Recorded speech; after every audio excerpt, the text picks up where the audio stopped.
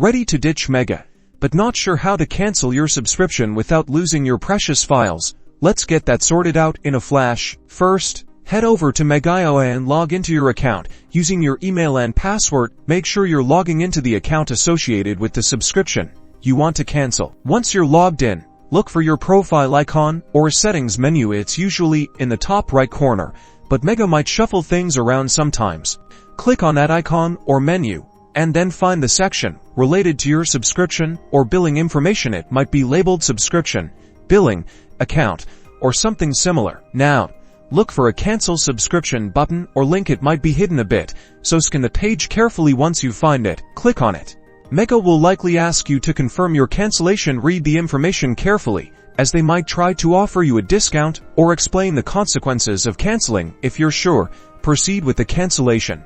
Speaking of consequences, let's talk about refunds. MEGAS, refund policy can be a bit tricky. Usually, they don't offer refunds for unused portions of your subscription, so make sure you cancel close to your renewal date to maximize your usage. Check their terms of service for the most accurate details. Crucially, before you finalize your cancellation, download all your important files from Mega.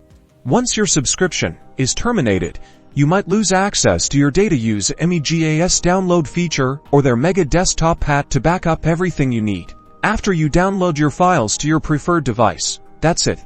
You've successfully canceled your Mega subscription and secured your data. Now, go enjoy the extra space.